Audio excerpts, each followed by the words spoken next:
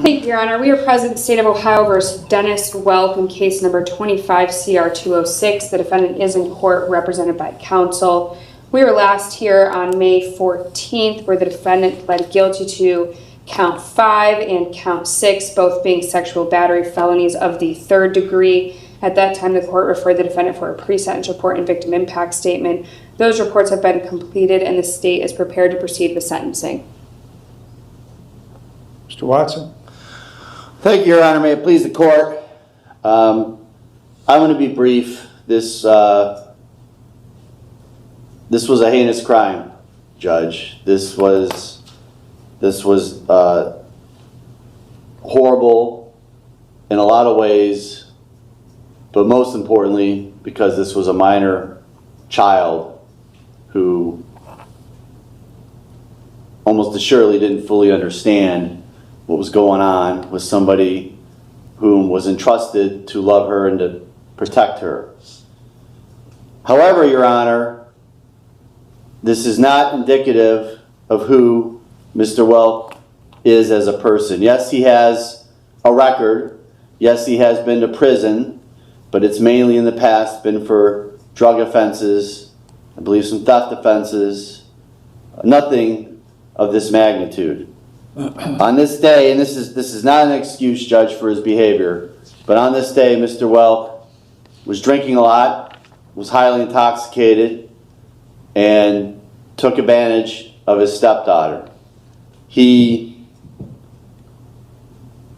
the day I met him, he is in disbelief that he did this.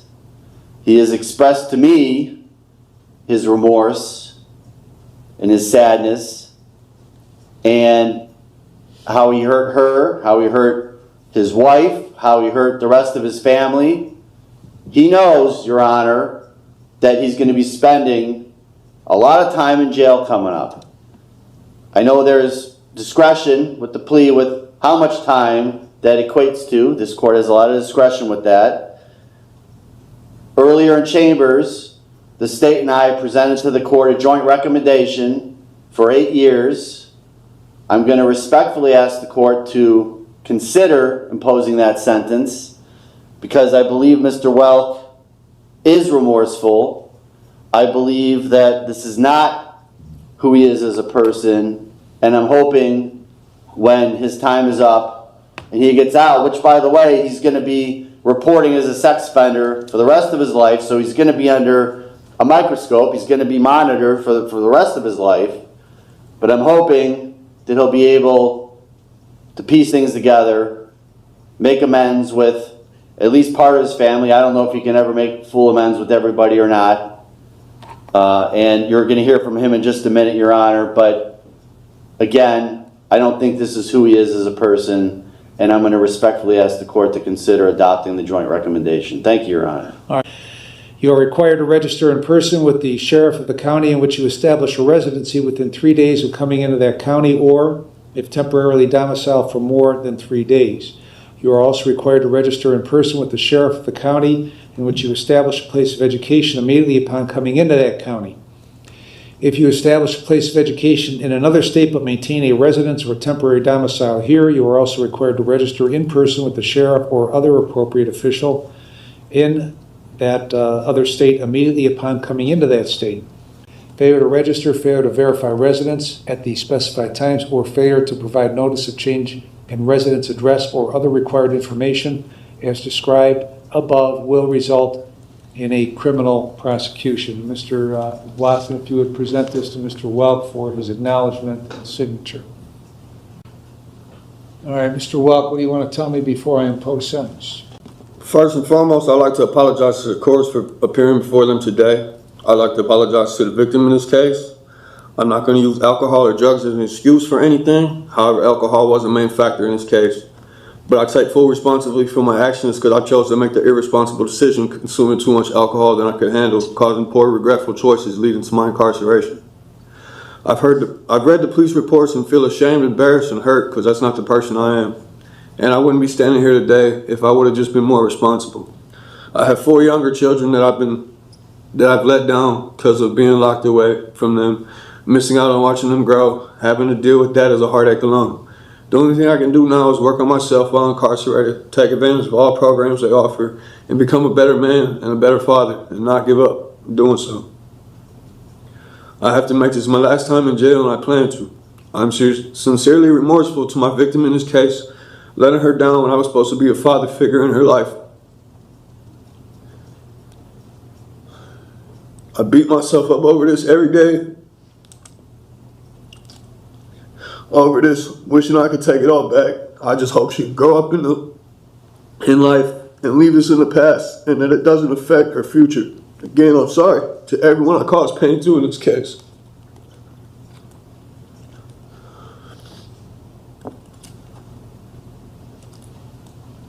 Ms. Alessi? Thank you, Your Honor. One thing that the defendant said today in court, and even in his pre-sentence report, that stood out to me is that he was supposed to be a loving and caring father. And I couldn't agree more with that.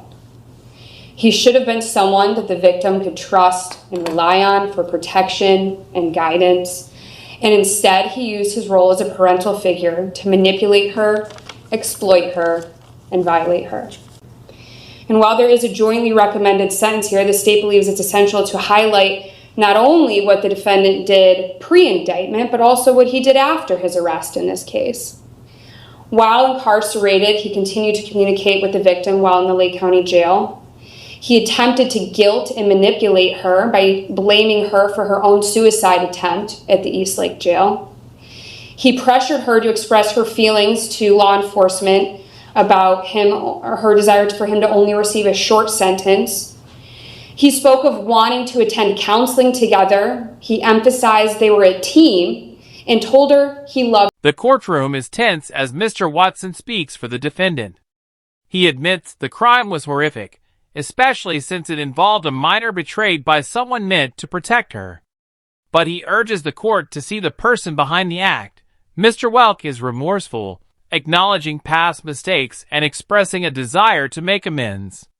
Despite the severity, the joint recommendation of 8 years is suggested, offering a chance for rehabilitation under strict monitoring. The judge listens carefully, weighing the victim's impact and the hope for a chance at redemption. Can believe. He has a lengthy criminal history, including 4 prior prison numbers and 5 felony cases. And all of this, I think, supports the need for a significant term of incarceration and respectfully asks this court to impose a jointly agreed sentence of 8 years. Thank you. Thank you. Why did you call her after you were in jail? Because I was told by the detective I was allowed to. Okay. I didn't call her, I called my wife and she answered the phone. All right. And what contact did you have with her about retracting her statement or modifying her statement? It wasn't retracting. We talked about counseling, going to counseling and stuff, because that was something that they was talking about making them do, and something she said she didn't want to do. Well, trying to, whether directly contacting her or contacting her through your wife, was wholly inappropriate. And it was further evidence of you trying to take advantage of her at that young age, like you did when this happened. Now she had asked the detective if she could have contact with me when this case was all started. And then when I went to my preliminary hearing on February 11th, I asked the detective and he told me the same thing. All right. Well, you're experienced enough in the system to have the wisdom that you shouldn't have been contacting her. Okay. In talking to her, having about anything having to do with this case. So, you've in your statement you say you apologize to her, but then in the pre-sentence report you talk about how you don't believe you did everything you're accused of doing and wanted to take this to trial. What's that all about? I don't remember exactly what I said, Your Honor, but what I was saying was I don't have recollection of what happened the night of, so I wasn't admitting to I don't know what happened.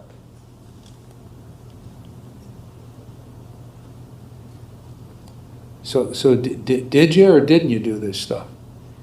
Yes. And I got to tell you, it doesn't get much worse than this kind of stuff. I understand. And I would note in the record that in 2009 or 2010, you were sentenced to prison on a burglary, released on judicial release, and then returned to prison after a violation of the judicial release. And you were released January 7th of 13. You went back to prison on another case on May 1st of 13 and got out in August. Went to prison on an attempted burglary, trespass in a habitation, breaking and entering, June 23 of 16 through August 5 of 18. A whole bunch of theft offenses between that last prison sentence and where you are today. So you've had a lifetime of criminal activity, but none worse than what has occurred here. So I've reviewed the pre-sentence report and a victim impact statement. I've considered what you have said, what counsel has said, and I've also considered that they've made a joint recommendation of 96 months in prison.